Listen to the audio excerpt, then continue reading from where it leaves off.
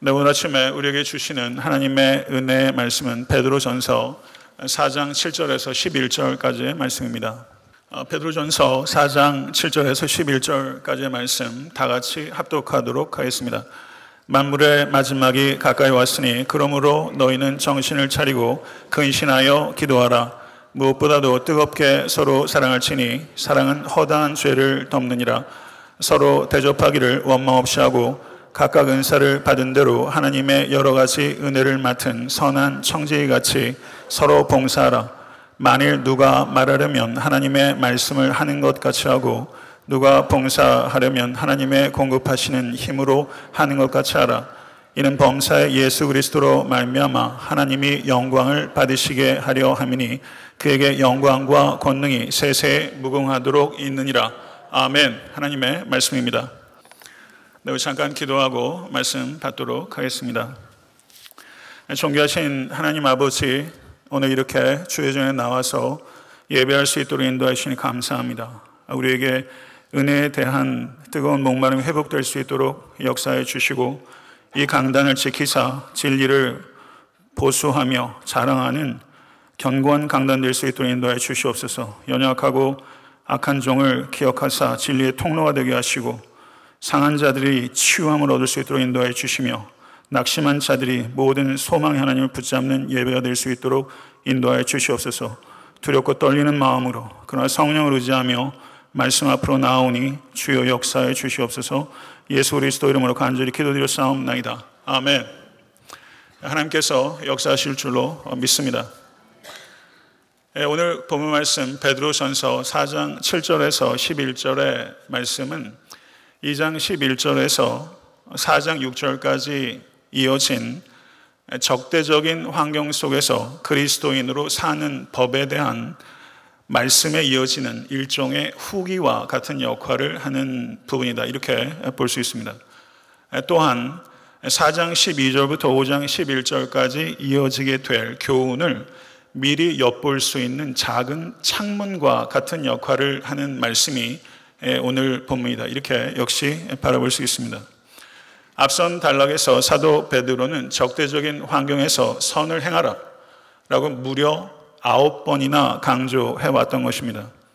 오늘 본문에서는 적대적인 환경에서 선을 행하라 라는 가르침에 이어서 그리스도인들 상호 간의 보편적인 윤리로서 선을 행할 때 주어지는 구체적인 윤리적 덕목 4가지를 이야기하는 부분이다, 이렇게 이해할 수 있다는 것입니다. 사도 베드로는 이 부분을 이렇게 시작합니다. 만물의 마지막이 가까웠으니. 믿으십니까? 진실로 이 말씀을 믿으십니까? 기독교 윤리의 기초로서 사도 베드로는 하나님의 심판에 대해서 성도들에게 상기시켜야 될 필요성을 강력하게 느꼈던 것입니다. 사도 베드로는 역사를 볼 때 하나님의 구속사라는 관점에서 역사를 바라보고 있는 것입니다. 예수 그리스도께서 구약의 예언의 성취로 이 땅에 성육신 하셨고 십자가와 죽음, 부활과 승천, 그리고 오순절 성령 강림 사건에 이어지는 하나님의 구속의 역사의 다음 장, 그리고 마지막 챕터는 우리 주 예수 그리스도의 재림입니다. 그렇다면 성도 여러분, 오늘 저녁이라도 우리 주님께서 다시 재림하실 수 있다고 생각하십니까? 이 부분에 있어서 우리는 신학적인 견해의 차이가 있다는 것을 주의 깊게 생각해야 될 필요가 있습니다. 왜냐하면 성경을 보게 되면 매우 임박한 그리스도의 재림에 대해서 이야기하는 구절들이 많이 있고, 반면에 재림하시기 전에 반드시 있어야 될 사건들에 대한 말씀들도 있는 것입니다. 이 두 개의 말씀이 서로 상충하는 것처럼 여겨집니다. 가령 만국의 복음이 전파되었다고 우리는 해석할 수 있는 것입니까? 대환란은 이미 성취된 것입니까? 적 그리스도는 이미 출현한 것입니까? 온 이스라엘이 구원을 얻었다고 우리는 해석할 수 있는 것입니까? 이와 같은 일들이 일어난 후에야 예수께서 이 땅에 다시 오실 것이다, 성경은 그렇게 분명하게 언급하고 있습니다. 그렇다면 이와 같은 부분에 대해서 우리가 어떻게 건전하게 이해할 수 있는가? 그것은 제가 말씀드린 몇 가지 용례들을 말씀드렸지만 말세의 징조들이 모두 성취되었을 가능성은 희박하지만 그러한 가능성은 존재한다라는 것입니다. 그렇기 때문에 사랑하는 성도 여러분, 아직 성취되지 않았다고 지나치게 둔감한 것과 이미 모두 성취되었다고 생각해서 지나치게 민감한 것, 모쪼록 이 두 가지를 피하십시오. 종말이 언제 닥치게 될지 아무도 알지 못합니다. 확실히 알지 못하지만 종말은 언제라도 임할 수 있고 오늘 저녁이라도 임할 수 있는 것을 의식하며 항상 준비하라. 이것이 우리 주 예수 그리스도의 가르침이요 사도적 가르침이라는 것을 깊이 생각하실 수 있게 되기를 간절히 바랍니다. 사도 베드로는 오늘 말씀을 통해서 심판의 빛 아래 살아가라, 심판의 빛 아래 살아가기 위한 구체적인 윤리적 덕목으로 네 가지를 제시하고 있는데, 첫 번째는 기도하라, 두 번째는 사랑하라, 세 번째는 대접하라, 네 번째는 봉사하라. 이 네 가지 윤리적 권면들을 주고 있는 것입니다. 모쪼록 이 네 가지 권면들을 오늘 바로 이 시간 여러분과 저의 영혼의 신비 가운데 새기시고 성령을 의지해서 실천하실 수 있게 되길 간절히 바랍니다. 첫째, 기도하라는 것입니다. 7절을 보게 되면 너희는 정신을 차리고 근신하여 기도하라. 정신을 차리는 것과 근신하는 것은 이 두 개의 명령은 기도하라는 내용을 수식하는 거라고 할 수 있어요. 그렇기 때문에 이 두 가지를 뚜렷하게 구별해야 될 필요성은 크게 없는지도 모릅니다. 여기서 정신을 차리고 라고 번역하기 때문에 성경 원어가 소프로네오라는 단어인데, 이 단어가 참 의미가 우리를 많은 것들을 생각하게 합니다. 정신을 차리다라는 이 성경적 원어는 지각 있고 합리적이며 절제하고 진지하며 건전하고 건강한 생각을 하는 것과 관계되는 것이 바로 이 단어의 의미입니다. 근신하는 것은 주님께서 다시 오실 것을 주의 깊게 생각하며 기다리며 현실에 충실한 삶을 살아가는 것, 그것을 근신하는 것이라고 이야기하는 것입니다. 사도 베드로는 기도는 현실을 벗어나서 종교적 황홀경 안으로 들어가려고 노력하는 것이 아니라 정반대로 맑고 깊고 신중한 숙고 속에서 주님과 깊이 교통하는 것이 기도라고, 정신을 차리고 근신하여 기도하라 라는 말씀을 통해서 기도의 정의를 우리에게 분명하게 제시하고 있는 것입니다.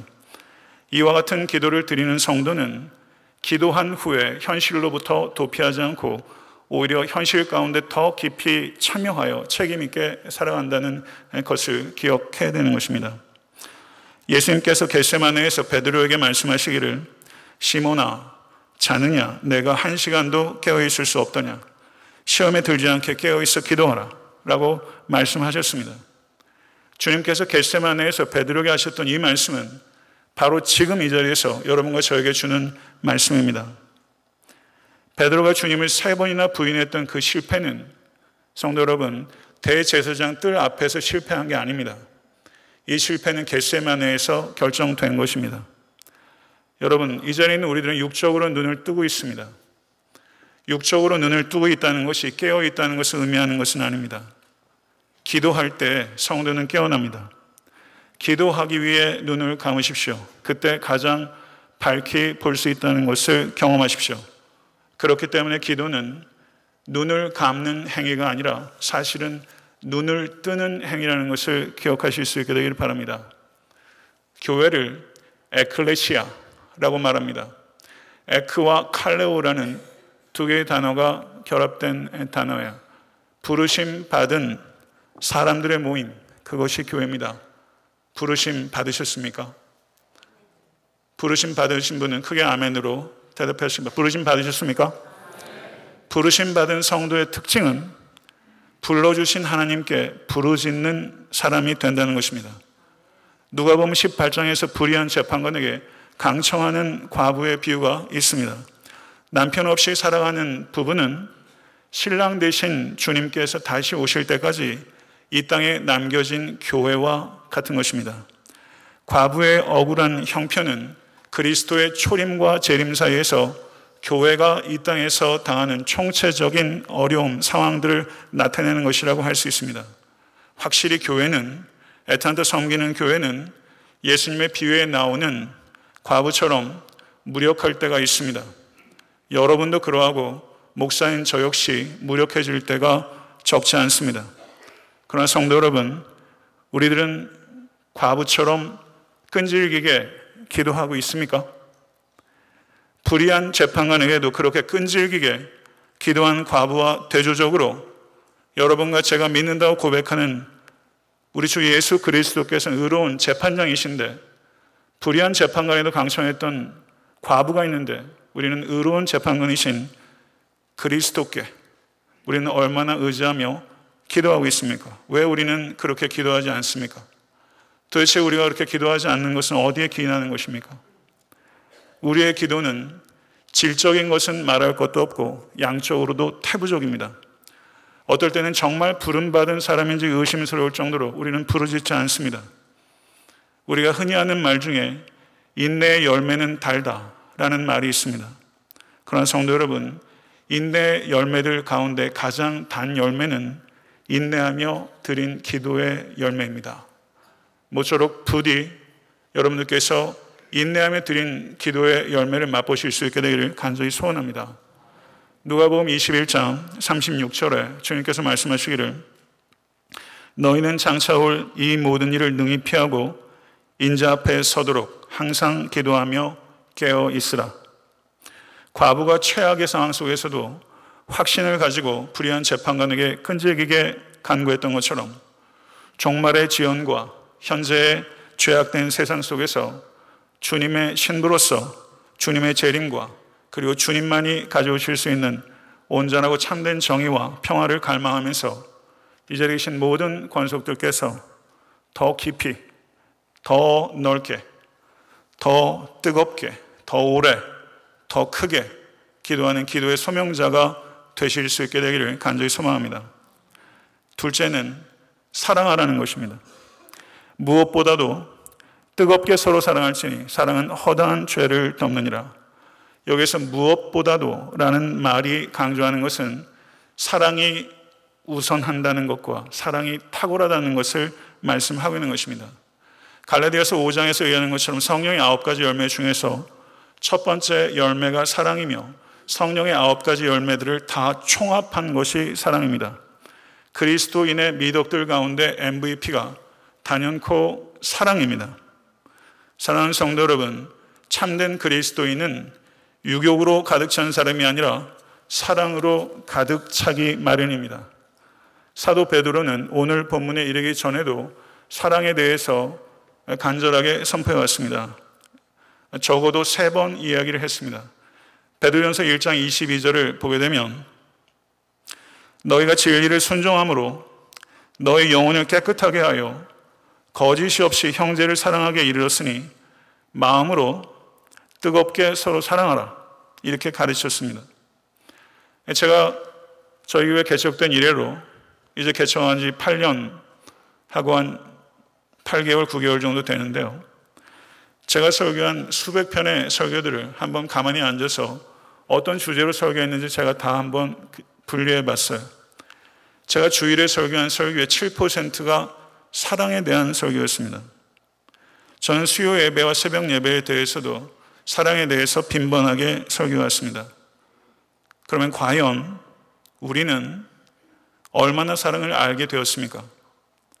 과연 우리는 얼마나 뜨겁게 사랑을 실천하게 되었습니까?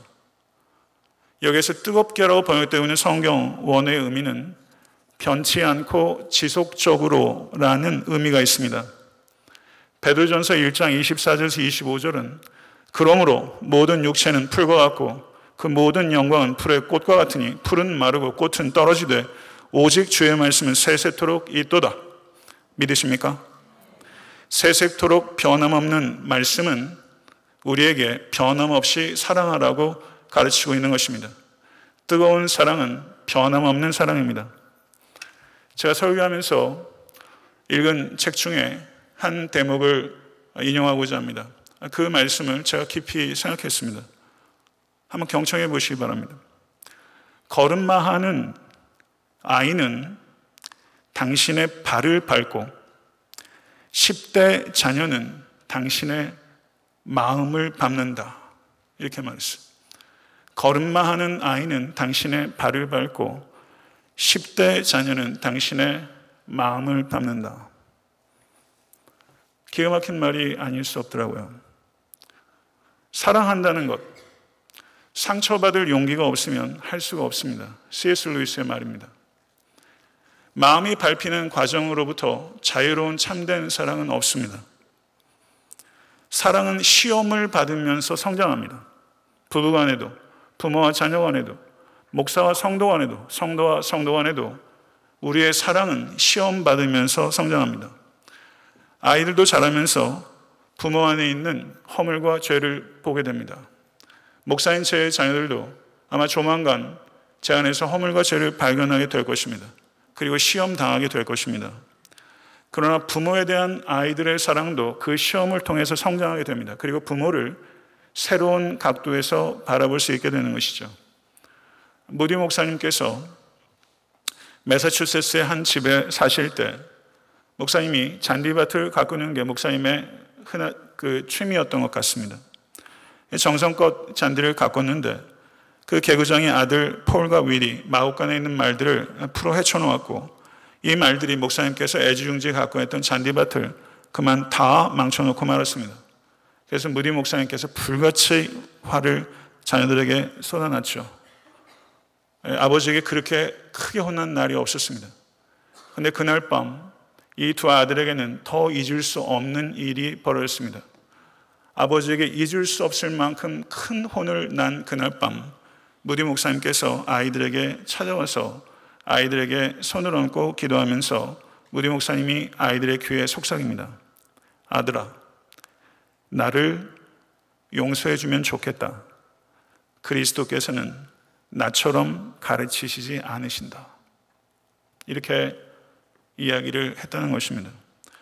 부모로 산다는 것은 무디 목사님이 자녀에게 속삭였던 것처럼 이와 같이 자녀들에게 이야기할 때가 아마 적지 않게 있을 것을 생각합니다.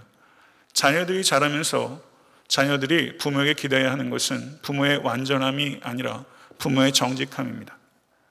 스스로의 허물과 죄에 대해서 정직하게 인정할 때 부모는 자녀로부터 사랑과 존경을 받게 되는 것이죠. 이것이 모든 관계에서 그대로 적용됩니다. 사랑은 허다한 죄를 덮는다. 무슨 뜻입니까?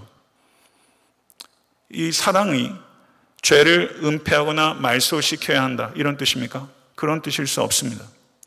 고린도전서 13장 6절은 사랑은 불의를 기뻐하지 아니하며 진리와 함께 기뻐한다고 이야기를 했습니다. 사랑은 무조건적으로 용납하는 것이 아닙니다. 사랑은 무분별하는 것이 아니라 분별하는 것입니다. 사랑이 진리를 잃어버릴 때 그 사랑은 무가치하게 되고 진리가 사랑을 잃어버릴 때 그 진리는 무감각해집니다.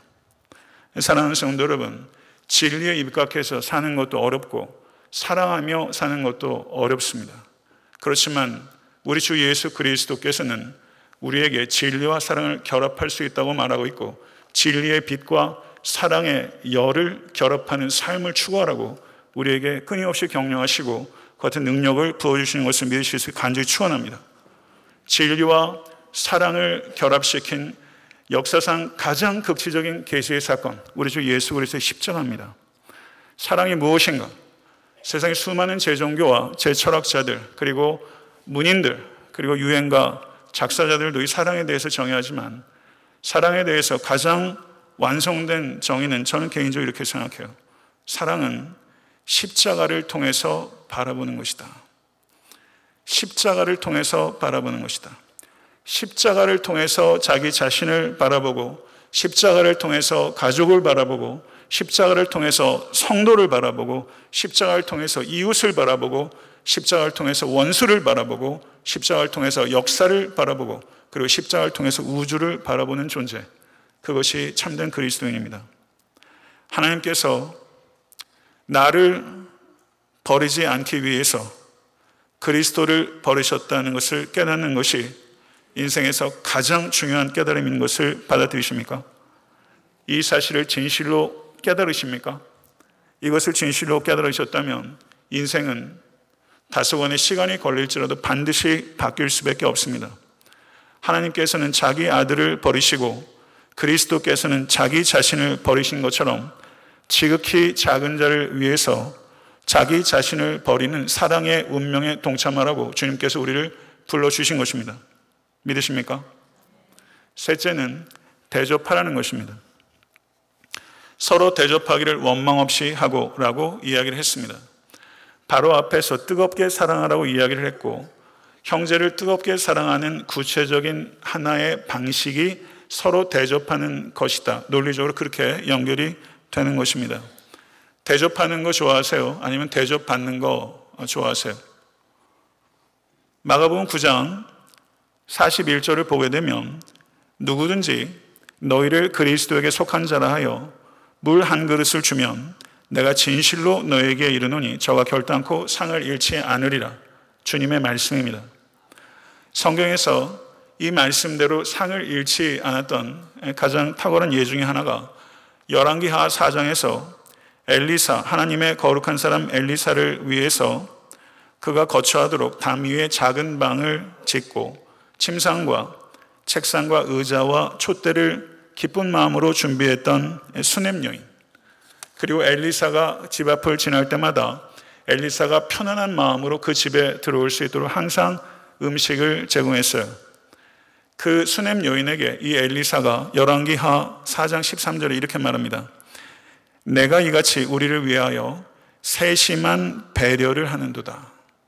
이렇게 수냄 여인에게 감사와 칭찬의 말을 한 거예요. 좋은 관계 맺고 계십니까? 좋은 관계가 정말 여러분에게 중요합니까? 사랑하는 성도 여러분, 좋은 관계를 맺기 위해서는 세심한 배려를 할 줄 알아야 합니다.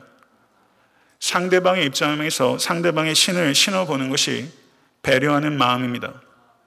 배려하는 마음을 가지고 상대방을 살피다 보면 민감성이 발달하게 됩니다. 민감성이 발달하게 되면 상대의 언어를 읽고 상대의 표정을 읽고 상대의 마음을 읽고 상대의 필요를 읽을 수 있습니다. 그리고 그 결과는 상대의 마음을 얻는 것입니다. 제일 큰 기쁨은 마음을 얻는 기쁨 아니겠습니까? 저도 제 아이들 키우면서 아이들에게 제가 바라는 게 뭔가 생각해 봤더니 아이들한테 사랑받는 아빠가 되는 게 저한테 가장 큰 바람이더라고요. 우리에게 사랑은 정말 중요합니다. 사랑할 줄 알아야 되고 사랑받을 줄 알아야 합니다. 이 두 가지를 다 배워야 합니다. 그게 교육입니다. 사랑하는 성도 여러분, 목회를 하면서 목회를 하는 일들이 마음이 밟히는 일들과 무관하지 않습니다. 저는 성도님들 마음 밟는 일이 없습니까?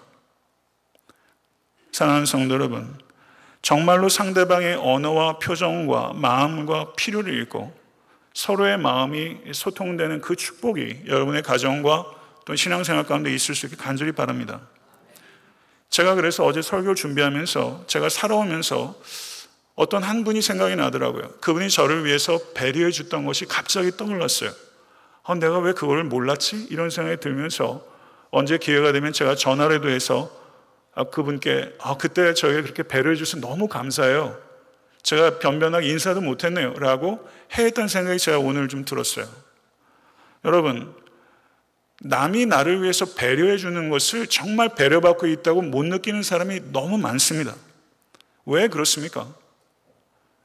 내가 다른 사람을 배려하지 않으면 다른 사람이 나를 배려한 것을 잘 깨닫지 못합니다. 모쪼록 다른 사람을 수냄 여인처럼 세심하게 배려하는 성도 되실 수 간절히 바라고, 다른 이들이 여러분에게 배려한 것도 잊어버리지 마시고 그것을 감사하고 더 좋은 관계를 만드실 수 간절히 바랍니다. 살아가면서 감동이 얼마나 필요한지 몰라요. 우린 감동이 필요해요. 그런데 크게 감동하는 일들이 누군가가 나를 크게 배려해 준 일에서 발생하기보다는 작은 배려들이 저를 크게 감동하게 하고 우리의 삶이 결정적으로 전환되는 계기들은 사실은 저를 위해서 그리고 여러분들 각자를 위해서 누군가가 베풀어 주신 작은 배려를 통해서 삶의 결정적인 전환점이 만들어지게 되는 것입니다. 마태복음 25장 35, 36절을 보게 되면 내가 줄일 때 너희가 먹을 것을 주었고 목마를 때 마시게 하였고 나그네 되었을 때 영접하였고 헐벗었을 때 옷을 입혔고 병들었을 때 돌보았으며 옥에 갇혔을 때 와서 보았느니라. 우리 주님의 말씀입니다. 우리 주님은 지극히 작은 자 한 사람이 바로 자기다라고 동일시하셨고 그리고 그에게 한 것이 바로 나에게 한 것이며 그리고 그와 같은 지극히 작은 자를 배려하라고 우리를 부르고 계신 것을 받아들이십니까? 니카라과에서 한 미국 여성이 니카라과 현지인들과 농사를 하면서 경험한 이야기들을 책에 쓴 것을 제가 읽은 적이 있어요. 수년간의 전쟁으로 인해서 농토는 황폐해질 대로 황폐해졌고 여러 가지 병해충으로 인해서 농사 옥수수 경작이 항상 난관에 부딪힙니다.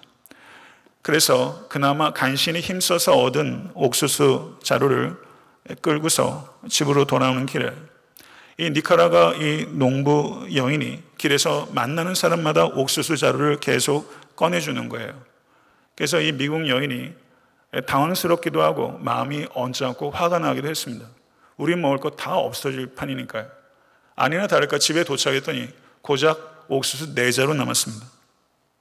그런데 놀라운 일이 벌어졌습니다. 이 두 여인은 그 계절 내내 먹을 것이 부족하지 않았습니다.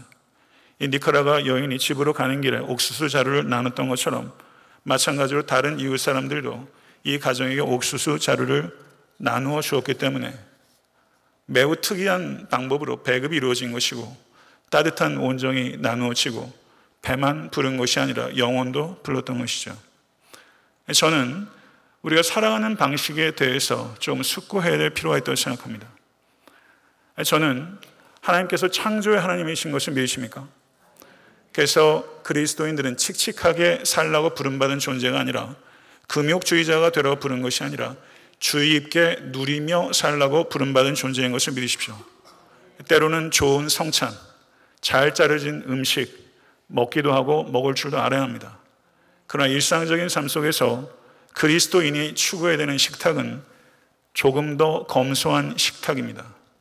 조금 더 검소한 식탁을 만들어서 지극히 작은 자와 조금 더 풍성하게 나눌 수 있는 식탁을 만들라는 것, 이것이 우리 주님의 뜻입니다.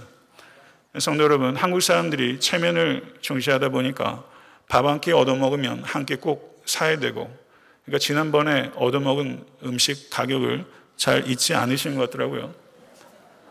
축의금도 그렇고 딱 그만큼 되갚는단 말이죠.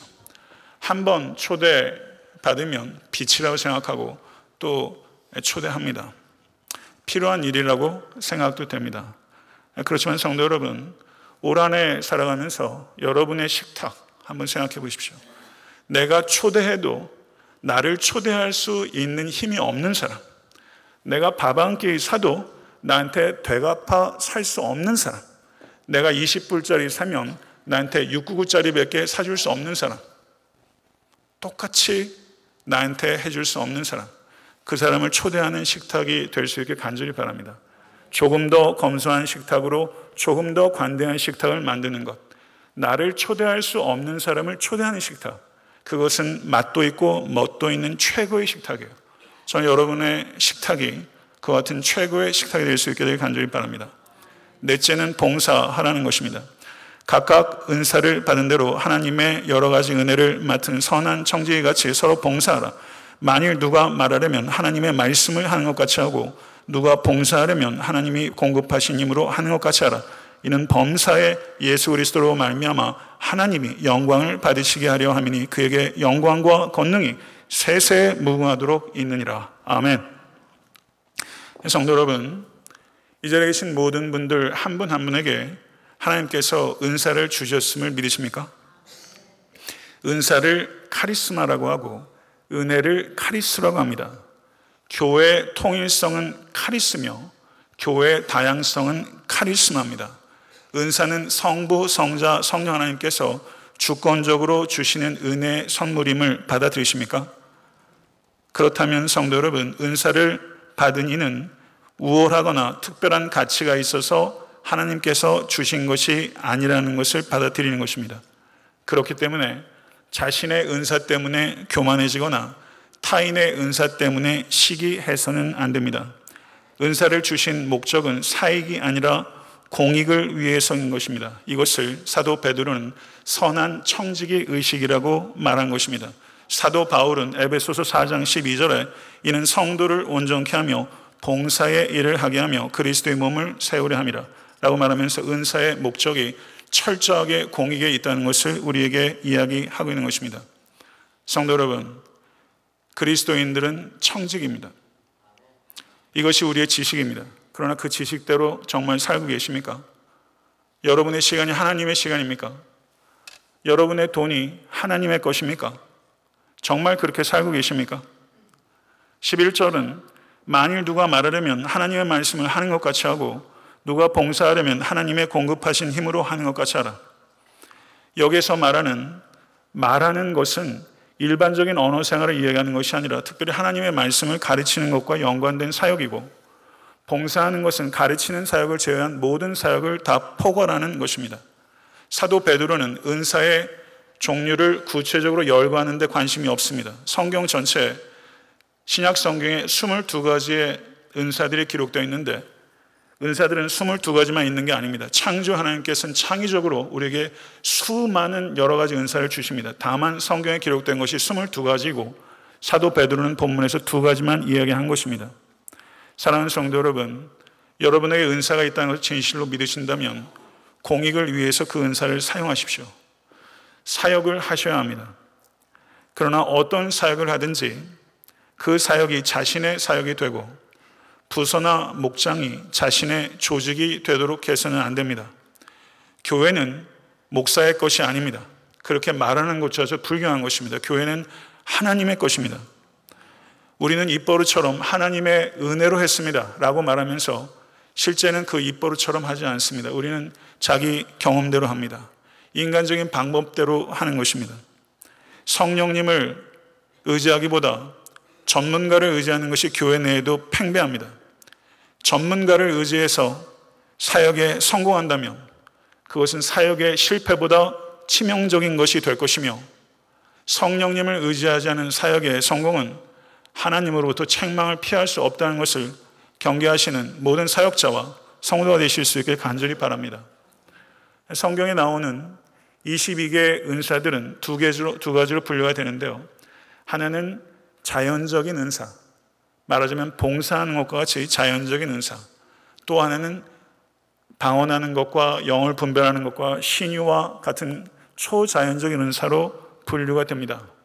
그러나 성도 여러분, 여러분도 그렇고 저도 그렇고 자연적인 은사를 간구하기보다 초자연적인 은사를 달라고 더 편협하게 기도해왔던 것에 대해서 우리는 회개해야 합니다. 사랑하는 성도 여러분, 하나님은 창조의 하나님이시고 자연 세계 속에서 하나님의 놀라운 경륜을 나타내십니다. 자연 속에서 하나님을 조금도 경험하지 않으면서 초자연 속에서 하나님을 경험하게 되려고 말하는 것은, 그것은 거짓된 욕망입니다. 우리에게 정말 중요한 것은 초자연이 아니라 자연 속에서, 기적이 아니라 역사 속에서 매 순간 일하시는 하나님을 역동적으로 경험하는 것이 되어야 되지 않겠습니까? 제가 목회자로서 여러분에게 축복하고 싶은 것은 자연 속에서도 하나님을 경험할 뿐만 아니라 초자연 속에서도 하나님을 경험하는 이 두 가지 경험이 여러분과 저에게 부어질 수 있기를 간절히 바라고, 그래서 더욱더 건전하고 강력한 성도의 삶을 살아갈 수 있게 되기를 소원합니다. 요한 세바스찬 바하, 다들 뭐 좋아하시죠?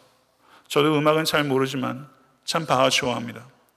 근데 바하가 그 수많은 명곡들을 쓰면서 제일 마지막에 자기가 썼다는 것을 하면서 SDG라는 이니셜을 썼대요. SDG. 이 뜻은 라틴어로 Soli Deo Gloria. Glory to God alone. 오직 하나님께 영광. SDG. 바하가 모든 피스를 작곡하면서 저는 SDG라고 쓴 거예요. 한 번도 S가 없이 DG라고만 쓰진 않았대요. Soli Deo Gloria. Glory to God alone. 이렇게 항상 바하는 쓴 거예요. 동시대의 음악인들, 동시대의 연주자들, 그리고 후대 연주자들이 바하의 그 명곡들을 연주하면서 혹시나 작곡자에게 영광을 돌릴 것을 바하는 경계하고, 이 모든 영광은 솔리 데오 글로리아, 오직 하나님께 영광을 돌렸다는 것을 이 바하는 그렇게 표현했던 것이죠. 사랑하는 성도 여러분, 우리 각자에게는 은사가 있습니다. 그 은사를 장롱 면허처럼 숨기지 마세요. 은사를 숨기지 마시고 자신을 숨기십시오. 사역에 있어서 최고의 기술은 자신을 가리는 기술입니다. 모쪼록 저를 포함한 모든 교육자들과 그리고 사역하시는 모든 이들이 사역을 통해서 자신을 가리는 기술을 반드시 습득하실 수 있게 간절히 축원합니다. 말씀을 맺겠습니다. 그리스도께서 언제라도 임하실 수 있음을 의식하며 심판의 빛 아래서 살아가야 합니다. 심판의 빛 아래 살아가는 것은 첫째, 기도하는 삶입니다. 기도는 황홀경 안으로 들어가는 것이 아니라 맑고 깊고 신중한 숫고 속에 주님과 깊이 교통하는 것입니다. 다시 오실 주님을 뜨겁게 갈망하며 더 깊이, 더 넓게, 더 오래, 더 뜨겁게, 더 크게 기도하는 기도의 소명자가 되어야 합니다. 둘째는 사랑하는 삶입니다. 마음을 밟는 사람을 품는 고통의 과정을 통해서 우리의 사랑은 온전해집니다. 진리와 사랑이 결합된 십자가를 통해서 나 자신과 가족과 성도와 이웃과 원수와 역사와 우주를 바라보아야 합니다. 그리스도의 사랑을 본받아 자신을 버리는 사랑의 운명에 동참하십시오. 세 번째는 대접하는 삶입니다. 대접하기 위해서는 상대방을 세심하게 배려하는 마음이 있어야 합니다. 상대방의 언어와 표정과 마음과 필요를 읽어야 합니다. 지극히 작은 자를 위한 배려를 주님께서 부탁하셨습니다. 모쪼록 조금 더 검소한 식탁을 만드셔서 지극히 작은 자를 위한 조금 더 풍성한 식탁을 만들어 가실 수 있게 되기를 바랍니다. 넷째, 봉사하는 삶입니다. 각자에게 주신 은사가 있음을 믿고 섬기십시오.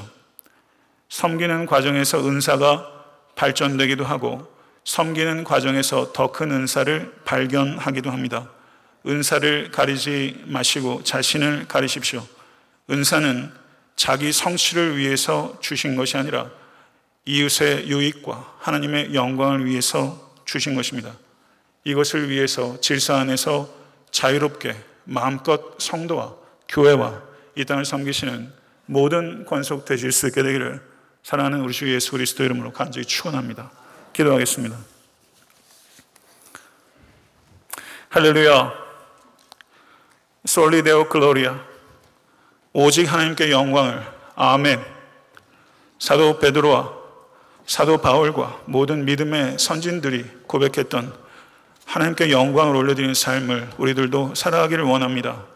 세상 가운데 파묻혀서 정신없이 정향도 없이 달리는 자들이 되지 않을 수 있도록 하나님 도와주시고 심판의 빛 아래서 살아갈 수 있도록 인도하여 주시사 사도를 통해서 하나님께 주신 마지막 때 윤리적 권면들을 우리 모두가 신비에 새기고 그 말씀을 주야로 묵상하며 성령의 능력으로 반드시 실천할 수 있도록 인도하여 주시옵소서. 순례의 길을 걸어갈 수 있도록 도와주시고 우리의 가정이 향락과 방탕이 되는 것이 아니라 그곳이 하나님 섬기는 식탁의 자리가 될 수 있도록 도와주시고 지극히 작은 자를 배려하는 따뜻한 마음과 세심한 배려가 우리 가운데 차고 넘칠 수 있도록 인도하여 주시옵소서.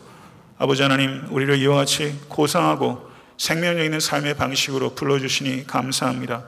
끝까지 이 길 잘 걷게 될 것입니다. 아버지 하나님 동행하여 주시옵소서. 예수 그리스도 이름으로 간절히 기도드렸사옵나이다. 아멘.